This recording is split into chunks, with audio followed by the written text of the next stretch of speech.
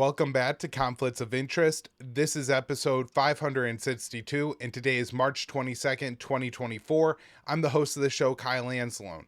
We have a lot of news on today's show, and I'm really going to get into a little bit of detail today about the ongoing humanitarian crisis in Gaza, particularly on the medical facilities issue and what doctors are going through and what medical care is available to the people of Gaza in the crisis that this is causing. So I think this is going to be a fairly important show that you may want to share. And if you do, you can find it at the Libertarian Institute, on the blog at antiwar.com, YouTube, Rumble, or Odysee for the video version of the show. And of course, it's out anywhere you could listen to audio podcasts. And I post all the work I do on my Twitter feed at @KyleAnzalone_.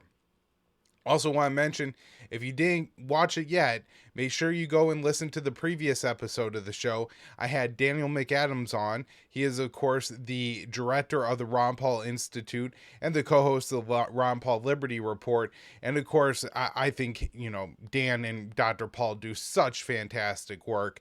That was a real honor to be able to have McAdams on the show and, to have him talk to myself and my audience. So if you haven't watched that episode yet, go over, check it out. Really recommend it. The feedback has been amazing. And, Dan gives great insights on not only the current administration, the foreign policy, but also what a potential Trump administration could look like. All right, now let's get into the news today because we have just a ton of news to cover. It keeps coming. Report, Justice Department considering plea deal for Assange. This could be some good news, but we'll get into the details here. The Justice Department is considering whether to offer WikiLeaks founder Julian Assange the opportunity to plead guilty to a reduced charge of mishandling classified information, the Wall Street Journal reported on Wednesday, citing people familiar with the matter. The report said DOJ officials and Assange's legal team have already had preliminary thoughts on what a plea deal might look like. However, Barry Polak, and that is the lawyer for Assange, said he has been given no indication that the department will take a deal. And he basically just says, with the case being ongoing, it's inappropriate for him to comment on the matter at this time. Consortium News reported later in the day that it had previously learned of talks between the U.S. and Assange's legal team on a potential deal, but that information was given off the record, so the outlet did not publicize it. And so this seems to me to be pretty good confirmation. Consortium News is somebody that is an outlet that is familiar and has contacts with Assange's legal team and, is very favorable to Assange's cause. So they're not going to, I wouldn't think they would confirm the Wall Street Journal reporting unless, they felt like this was true. They're not putting out deep state propaganda over there at Consortium News. That's the point there. So under the DOJ's indictment against Assange, he could face up to 175 years in prison under the Espionage for exposing U.S. war crimes for publishing classified information leaked to WikiLeaks by former Army Private Chelsea Manning in 2010. If Assange is convicted, it would set a dangerous precedent for press freedom, since publishing information obtained by a source is standard journalistic practice, whether classified or not. The journal said that if the Department of Justice offers a deal for Assange to plead guilty to a lesser charge of mishandling classified information, it would be a misdemeanor, and he could potentially enter the plea deal remotely without going to the U.S. His time in the London Belmarsh prison, where he's been held since 2019, would count towards his sentence, and Assange could be freed shortly after reaching the deal. So while such a deal could potentially secure Assange's freedom, it could set a dangerous precedent because it would criminalize the relationship between a journalist and his source. Kevin Gustola, who's the author of the book Guilty by Journalism, The Political Case Against Julian Assange, and I would consider, one in the top handful of journalists who accurately and fairly cover Assange's case. In fact, Scott Horton's recent show, his KPFK show this week for LA, Gustola and myself were the guests for that, and Gustola talked about the Assange case. So if you didn't catch that when it was on the radio on Thursday, Scott should have it posted at the Institute by this weekend. So Gustola wrote on Twitter, basically, U.S. officials chat to the press about some possible plea deal for Assange when he isn't guilty of any crimes. If Assange's team signals it would never be acceptable, then it's Assange's fault that he remains in prison. Officials want to say that he martyred himself. And so I think this is a pretty good point, that this really could be used against Assange in a variety of ways, not necessarily by the U.S. government, but by their spinmeisters in the media, who are going to, basically present it like the Palestinians, right? Where he never missed a deal or missed a chance to, get a deal here, and it's all their fault for not taking them up when they had the offer and things like that. At the same time, I would understand if Assange took it and, decides that he wants to be a father and a husband and have a little bit of a life here. It's so tough. You feel so bad for Assange and his team. His health is declining. Who knows, right? If they pass this up, it could mean essentially a death sentence for Assange, given his health and the probability that he gets extradited to the U.S. at this point. At the same time, Assange has built his career and his life, and seems to be a real true believer in press freedom and what it means to have a free and independent press and how important that is. And accepting this plea deal for a crime that he's not guilty of could, really go against what he really believes in. So we'll see what he does here, but obviously whatever course Assange decides to take, I think we should have his back on it. All right, next up here is an article that I want to spend a good amount of time on. I wrote it with Will Porter for the Libertarian Institute. Physicians describe most appalling atrocities in Gaza. So a group of 4 critical care doctors who were recently in Gaza spoke on a UN panel about the horrors they witnessed in the besieged strip. The doctors described multiple war crimes, horrendous injuries to children, kids dying of treatable wounds, and a shortage of supplies so severe that young patients die on the floors of hospitals without anesthetics to ease their suffering. Addressing the UN on Tuesday, 4 physicians from France, the US, and Britain described the dire conditions in Gaza. I saw the most appalling atrocities, and I saw things that I would never have expected to have seen in any healthcare setting, Dr. Nick Menard told the panel. And so I want to talk a little bit about Dr. Menard, things that I didn't include in the article here, but he had talked about his credentials throughout this 1-hour panel, and he seemed to be the most vocal member of the panel, just maybe because he was I think pretty obviously like maybe the most senior member. Just he was a little bit older. He had said he had spent I think the better part of 2 decades now in Gaza doing surgery, so he had been there frequently. He was familiar with Gaza. Not only that, but himself and 2 of the other doctors up there had said they were previously in Gaza during past bombing campaigns. So not only are they familiar with what life is like in Gaza, what healthcare facilities are like in Gaza, but also what healthcare facilities are like in Gaza under wartime. And, to a person on the stage, not only did they say that this was worse, but that this was horrifically worse, that they couldn't imagine before entering Gaza what they were going to experience when they got there. And, they said that they had been talking to doctors and they had seen the kind of pictures that you don't see online, right? Because they're just so gruesome and horrible, at least, not without really going into the depths of the internet, right? They're not going to be posted on social media, things like that, just because of how grueling these photos are. And so, the doctor said that they were aware that this situation was worse than in the past, but they were still horrified by what they saw. Menard said Israeli forces were bombing Gaza indiscriminately and intentionally attacking healthcare facilities, noting some media outlets had uncritically repeated Tel Aviv's assertion that it was carefully targeting Hamas. And this is what he said: I just want to dispel some of the narratives coming from the Israelis and some of the media, which claim that the bombs were only targeting Hamas. I can certainly bear witness, as can any medic who is on the ground in Gaza in recent months, and dispel the notion with absolute certainty. There is mass indiscriminate bombing killing many, many thousands of civilians and a very clear targeting of healthcare facilities and workers. And for anybody who goes to my article at the Institute, I did embed this panel.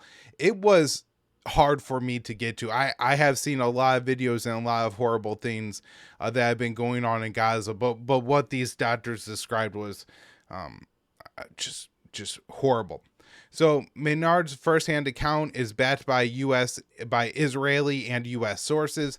The White House has known for several months that Tel Aviv is bombing targets in Gaza without solid intelligence, indicating that there may be any military value is what they consider when they start bombing things.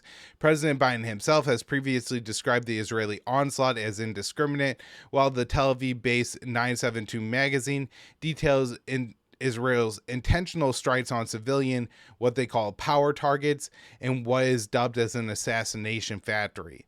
So Dr. Zair Shalu, he was another one of the doctors on the panel, explained that the toll of the indiscriminate bombing has taken on the civilians in Gaza. He said the number of children killed is 13,000 or so or more, which means 1 out of 100 children in Gaza have been killed, and this is an astronomical number. The equivalent in the U.S. would be 500,000 children. Of the 70,000 people who were injured, half of them have moderate to severe injury. That means some type of disability for the rest of their life. And he went on to say that these numbers are likely an undercount. And so I thought this was really important because we've been seeing the 70,000 injured number for quite some time. And at times, and this isn't to diminish people's injuries or things like that, but at times I think people, when they hear 70,000 injured, they think that means basically anybody who has seen a medic for any injury, right? Like if you required a bandage, if you had a concussion or something like that.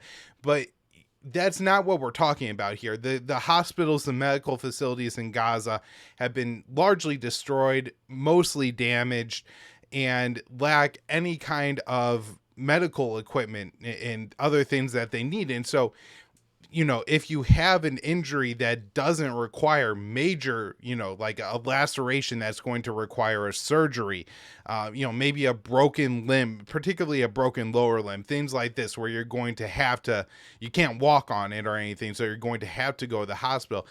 These kinds of things are getting counted, but people who have concussions, fairly serious, but not, again, a wound where you're going to bleed out and things like that. People just don't go to hospitals. I'm sure there's a lot of people even with very serious injuries who are unable to make it to the hospital and die in other places.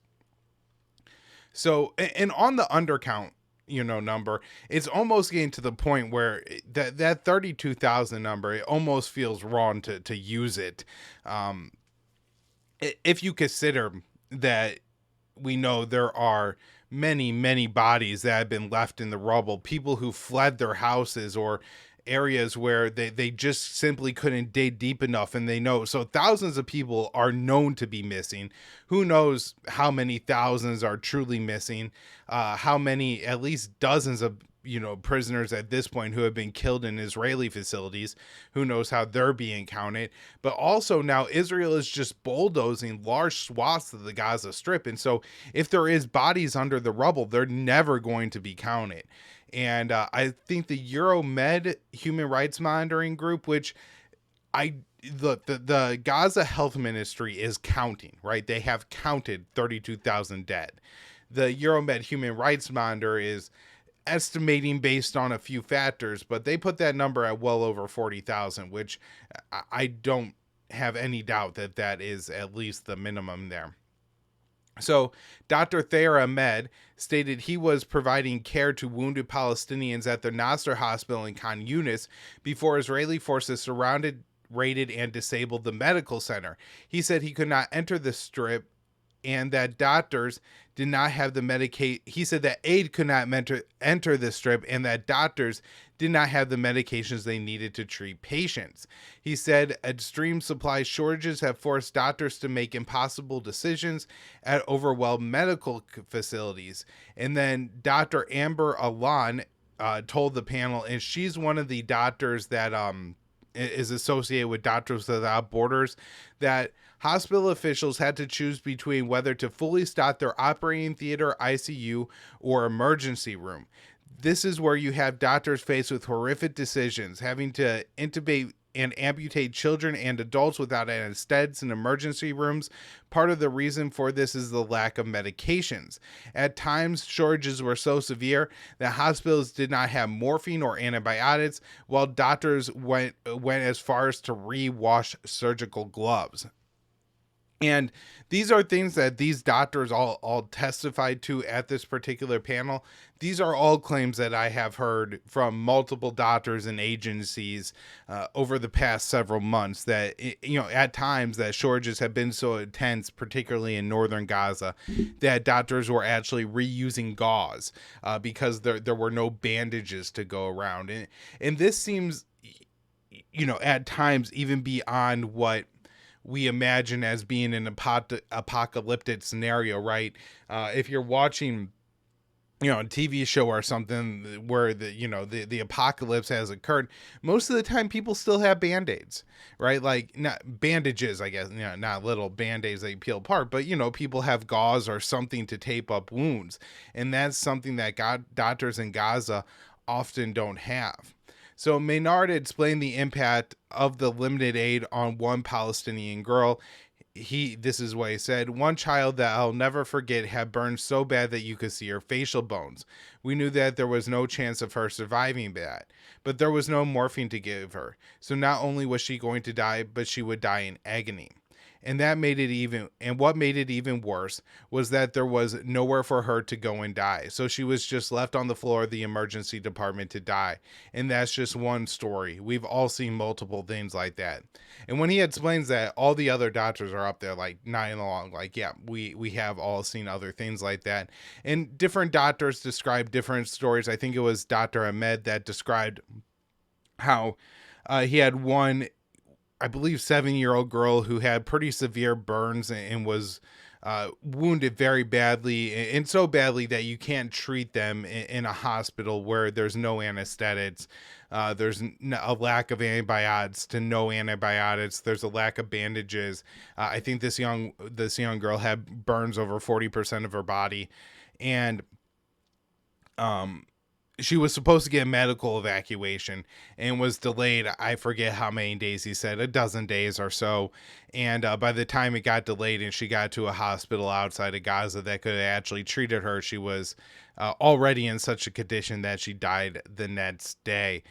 And so, that's another horror story. One of the doctors discussed that you need a lot of sedatives and morphine and things like that in this kind of situation where you have amputations and severe burns, because these kind of wounds, it's not like if you get like even a severe cut on your arm and you get stitches, you go to the hospital, they stitch you up, maybe you go back to take out the stitches, but these burns require daily care and very painful, like, scraping and cleaning of the wounds. Like, this is horrific to describe and get into, but this is occurring to thousands of children right now in Gaza, right? Like daily, hourly, right now, as I'm talking, whenever you're listening, if this war is still going on, there are children in Gaza who are having their severe burns at times, through the skin,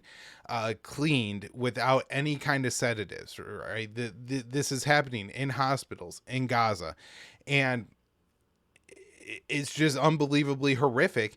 And what Israel says, the reason that, more morphine, more antibiotics can't enter the Strip is because these items could be considered dual use. Now, all right, I'm gonna keep going in the article here. So Israel has imposed tight restrictions on aid deliveries into Gaza since October 7th, while the Biden administration claims it is pressuring Tel Aviv to ease the blockade. Fewer than 100 aid trucks have entered Gaza each day in recent weeks, down from 200 in January and 500 in September. The White House has refused to use its considerable leverage over Tel Aviv to persuade Israel to allow more aid into the Strip, and has declined to condition future U.S. military humanitarian aid on that request. The physicians explained, however, that Washington's effort to relieve the humanitarian crisis would be ineffective, saying that the real issue was distribution problems that could only be solved with an end to the fighting. Additionally, they pointed to multiple Israeli attacks on aid deliveries in Gaza, including a February 29th massacre that left more than 100 Palestinians dead. Dr. Menard went on to warn that an attack on Rafa would have a devastating consequences for the 1.5 million people in the city. He said, "It'll be apocalyptic, really, the number of deaths that we're going to see." And of course, as we're seeing, they've been told to evacuate, move somewhere. There is, as we've heard, there is nowhere safe for them to go.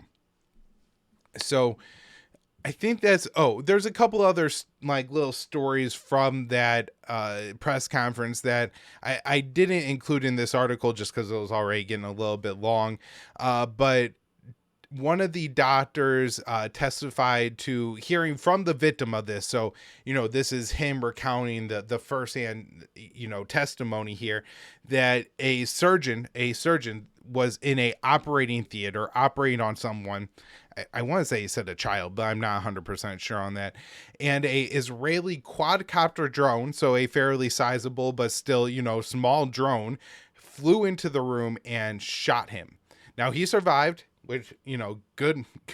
Thankfully he's alive to, report and tell this story. But for me, this is, the dystopian future, right? Where you have these drones that just fly into buildings and shoot innocent people.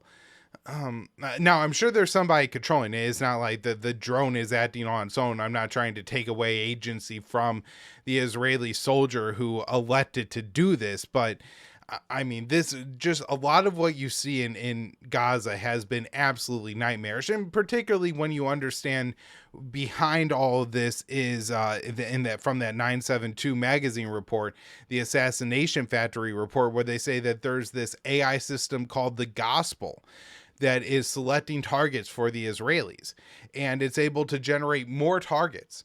And, I've reported on this for the Project Maven with the US system, the AI targeting system on this, where the commander who's talking about is saying, I could generate so many more targets an hour. I just hit accept for what, this AI program generates. And so, I mean, this is just a, mass slaughter where they're allowing AI to give them targets because they really don't care what they hit or destroy.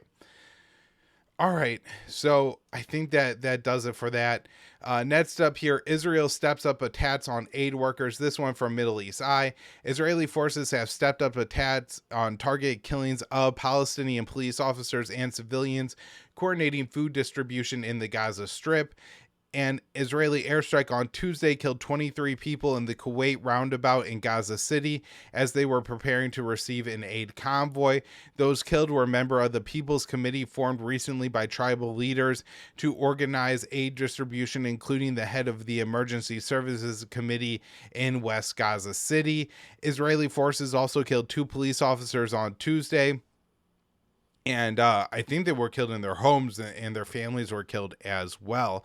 And those officers were responsible for securing the aid deliveries in Gaza. And so this is what the doctors are talking about, that you have to be able to deliver aid throughout the Strip, even if we were getting 500 trucks into Gaza a day, which, by the way, isn't enough, right? When there were 500 aid trucks entering Gaza a day, there was also agriculture going on. People had livestock, there were fishing boats, and all the food in Gaza was limited, right? Like, it's not like they were allowed to go fish off of the waters of Gaza as if they were a sovereign nation, right? They were restricted by Israel to 6 or 9 kilometers off the shore, which, means you can't get the bigger fish and things like that. But still, the people of Gaza were generating their own food. They had their own economy. There was commercial imports coming into the Strip. This is something that, months ago, aid groups are talking about, that really what you not only need is aid entering Gaza, but commercial goods entering Gaza. But now the economy has been absolutely wrecked and destroyed. So I'm not even sure that's helpful, but you need far more than 500 aid trucks entering Gaza a day to sustain the population. But on top of that, you need those trucks to be entering Gaza and being able to transverse the Gaza Strip and deliver aid to people who are isolated and things like that and can't get to it. And so, but this isn't happening. It's intentional. It's very intentional. All right, so next up here, Israel bombed over 400 healthcare facilities, killing nearly 700. So Israeli strikes have hit over 400 healthcare facilities in Gaza, killing nearly 700 people. Most of the medical infrastructure in the Strip is damaged and inoperable. The World Health Organization released the statistics on impacted medical facilities in Gaza during the first 5 months. The WHO recorded 410 attacks on facilities, resulting in 685 deaths.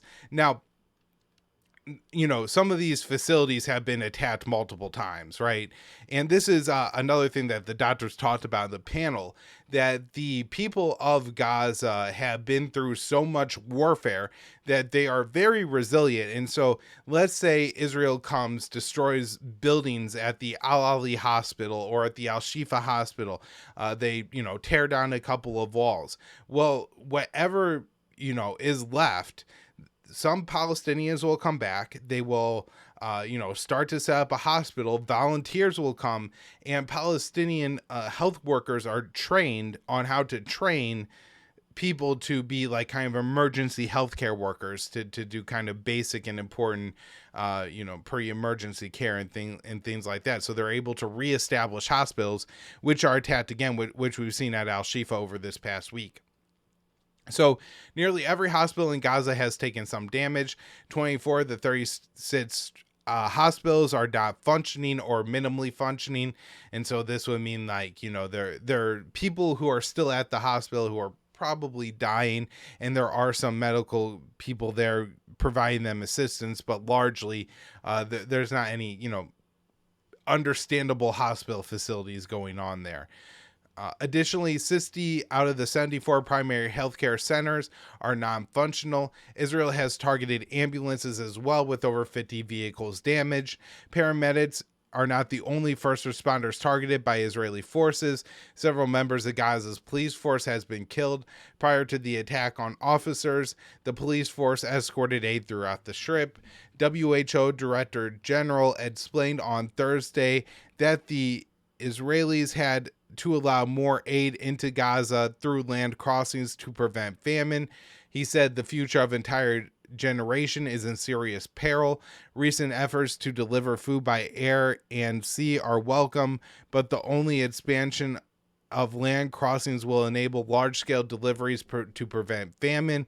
Once again, we ask Israel to open more crossings and accelerate the entry of delivery of water, food, medical supplies, and other humanitarian aid into and within Gaza.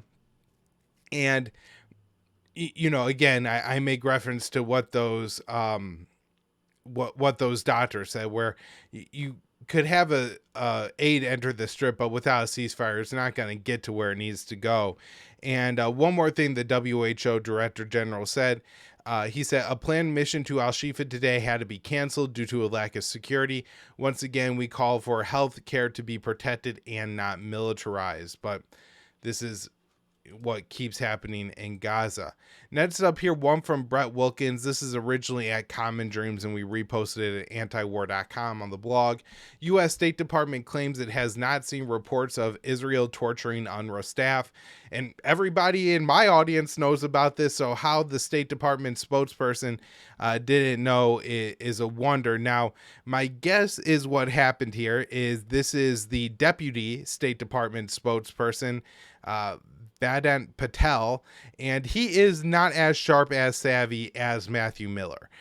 Miller typically has a handle on what the journalists are going to ask him about, and typically has a far better canned answer than I'm unaware of the reports.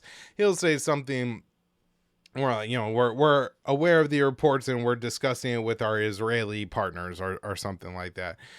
So it's interesting that the White House is still saying that they're not even aware of this, especially when the U.S. took the Israeli claims at face value that members of UNRWA were tied. This is the UN Palestinian Aid Agency for Gaza, that members of UNRWA were tied to Hamas and helped conduct the October 7th attack. Blinken called these claims highly, highly credible. And now we have accusations from members of UNRWA that they were tortured, including waterboarding, in order to generate these false claims that members of UNRWA participated in October 7th, and there were all these ties to Hamas. All right, next up here, another article that I wrote for the Libertarian Institute on March 21st. Rights groups demand an end to U.S. weapons shipments to Israel. So Oxfam and Human Rights Watch have issued a joint letter calling for President Joe Biden to halt arms transfers to Israel. Over the past 5 months, Washington has shipped weapons to Tel Aviv on a near daily basis. The rights groups have documented Israel conducting multiple war crimes in Gaza. The rights groups issued the letter in response to a document released by Tel Aviv saying it uses American-made weapons in accordance with international law. The group wrote, "Any such assurances from the Israeli government, a major recipient of U.S. arms, are not credible, especially in light of the current conduct of Israeli forces since the onset of hostilities in October 2023. Oxfam and Human Rights Watch have documented that the Israeli authorities have carried out indiscriminate and disproportionate attacks in violation of international humanitarian law. Tel Aviv imposed collective punishment on the civilian population, deprived civilian population of objects indispensable to their survival, and used starvation of civilians as a weapon of war." The report from the rights groups goes on to document several war crimes, including attacks on ambulances, hospitals, and water treatment facilities. It explains that Israel has killed civilians and journalists and dropped white phosphorus as well as 2,000-pound bombs on civilian areas of Gaza and southern Lebanon. The rights groups add that Israel has engaged in collective punishment of Palestinians by denying aid and food to Gaza. People in northern Gaza are on the brink of famine, and dozens of children have already starved to death. The policy of denying aid to Palestinians is international and is intentional, and was announced by the Israeli Defense Minister Yoav Gallant last October. The White House has faced mounting pressure from aid groups, members of Congress, and Democratic voters to back away from its policy of unconditional military aid for Israel.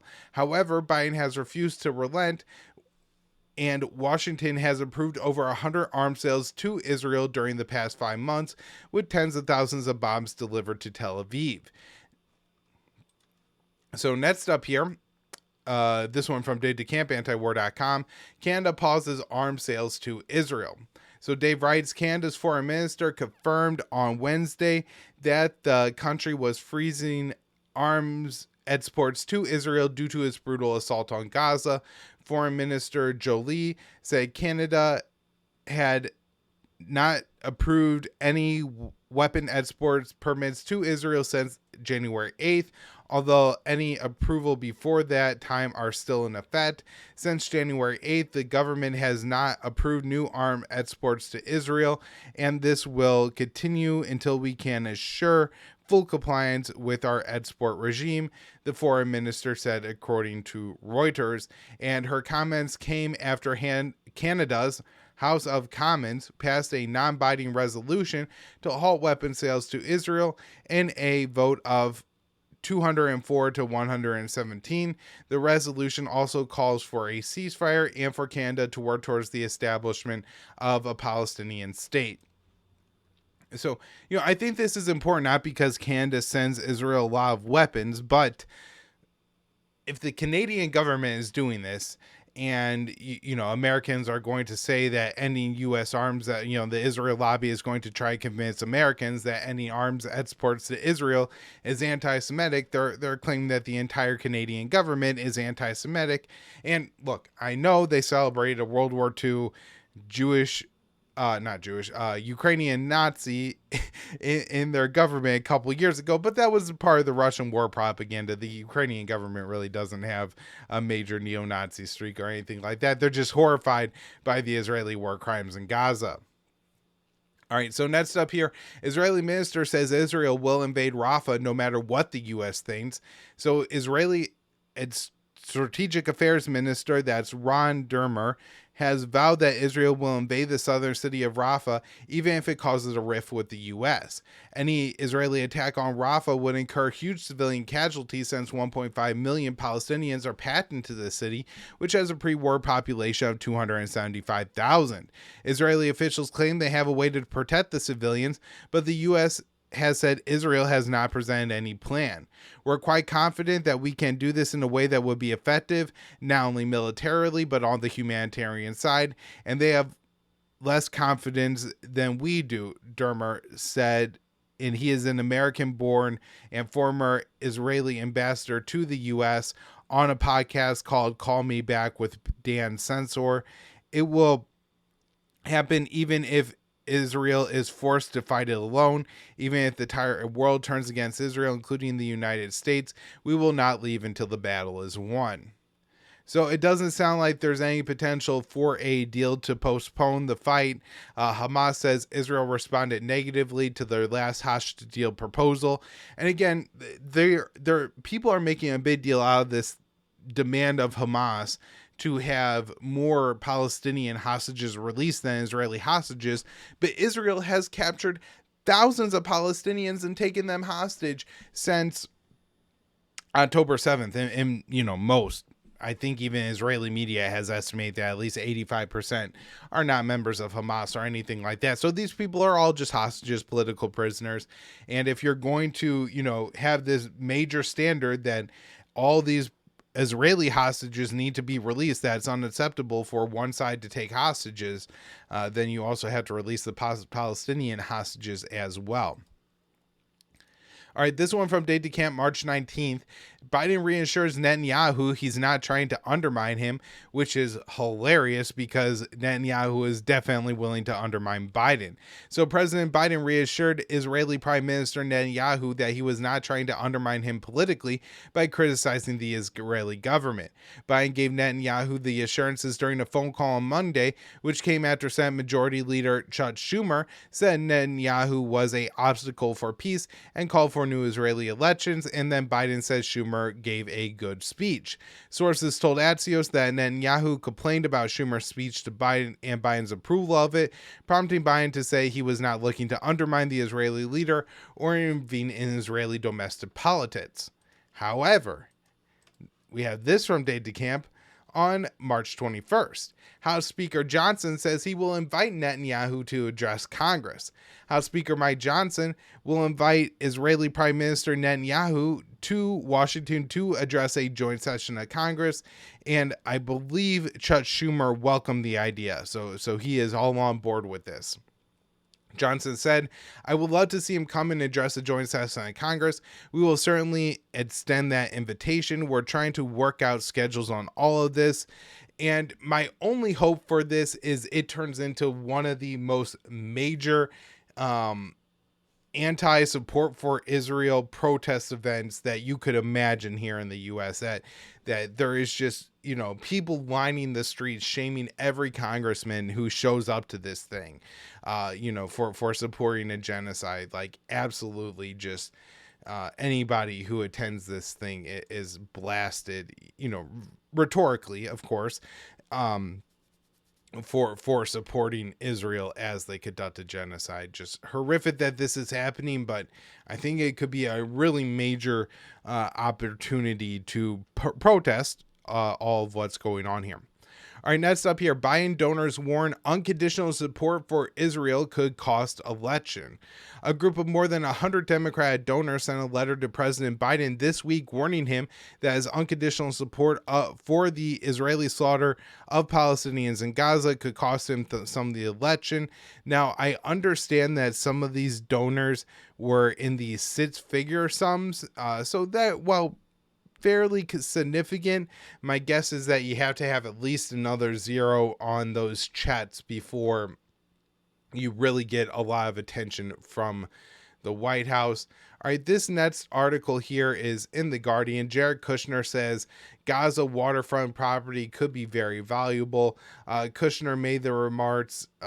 I forget who he was talking to. He was at Harvard's Kennedy School of Government earlier this month, and he was saying that, look, Israel isn't going to allow the Palestinians to come back once they're gone, and so we should clean up this really nice waterfront property. And he says it could be very valuable, and adds, it would be a little bit of an unfortunate situation there, but from Israelis' perspective, I would do my best to move people out and clean it up. But I don't think Israel has stated that they don't want the people to move back afterwards. So really just horrible that Jared Kushner is saying this. And of course, the reason that's important is if Trump does win re-election, you would assume that he would again be a major thinker in American foreign policy, particularly in the Middle East. All right, last story here today. Houthis assured China, Russia, their ships won't be attacked in the Red Sea. Yemen's Houthis have assured Russia and China that their ships won't be attacked while transiting the Gulf of Aden and the Red Sea in recent talks in Oman, Bloomberg reported on Thursday. The report said that the exchange for the assurances, Russia and China may provide political support at the UN Security Council as they're both permanent members and can veto resolutions.